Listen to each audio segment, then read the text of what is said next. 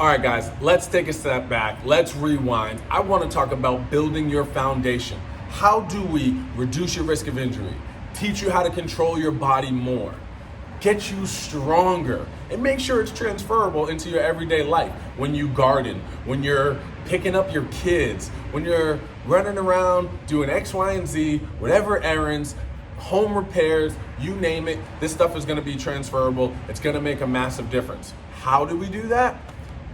We teach you how to control your pelvic floor.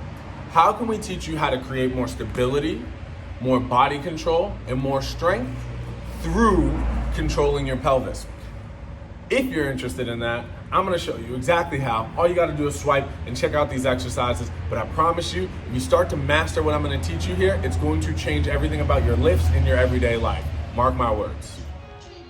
Here I'm demonstrating an anterior and posterior pelvic tilt. What you want to do is be able to stick your butt out and arch your back, as well as squeeze your glutes and tuck your tailbone, bringing your ribs towards your hips without moving the rest of your spine. Keep your thoracic spine intact and do not let your rib cage flare.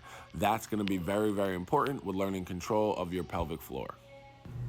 So here I'm going to demonstrate a bridge, but what I want you to do is use something like this ball, any implement will do, that you can put right between your thighs, above your knees, and you can crush it, right? So what you want to do is create a lot of tension. You want to squeeze the heck out of that ball. Your heels are right under your knees. You're going to press through your heels to lift your butt off the ground and squeeze your glutes. Here we have one of my favorite core exercises. It's called the dead bug. Notice that I've got my hand on my opposite knee. The ball is there as a reference point, but it's not 100% needed. What you want to do is keep the stationary side at about 90 degrees at your hip and 90 at your knee, while you take the moving side and extend as far as you can above the head and out. But the most important piece is that you make sure there's no space between your lower back and the ground. You bring your ribs towards your hips. You create a little bit of extra flexion in your abs. And you bring yourself through that movement while you're staying stable and locked in. Your lower back pressed to the ground is the most important key. Here I'm going to demo a reverse plank. Notice I really want to make sure there's no space between my lower back and the ground, and then I'm going to extend my legs as far as I can while keeping my lower back pressed down and intact.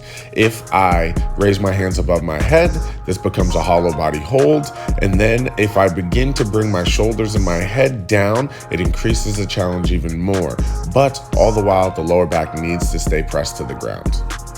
Next, I'm going to go ahead and demo leg lifts. Now, you can place your hands under your butt, but make sure it's on the bottom half of the butt. A lot of times people put their hands under their tailbone and it lifts the back off. We actually want the back to stay flat to the ground, hence that theme.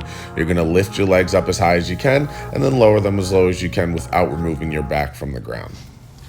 Here I'm going to demo a hard style plank. So notice my back is not completely neutral. I'm going in and out of this to emphasize the point of the tucking the tailbone, squeezing the glutes, and then I'm even tugging on my arms a little bit to create a little bit of upper body tension, right? But we want to flex the entire body as we hold ourselves in this plank. Now you have a better idea of how and why pelvic stability and control can reduce your risk of injury, increase the quality of your movements, and potentially increase your strength as well. So if you have any more questions about this, how to do it better, just reach out, let me know, I got your back.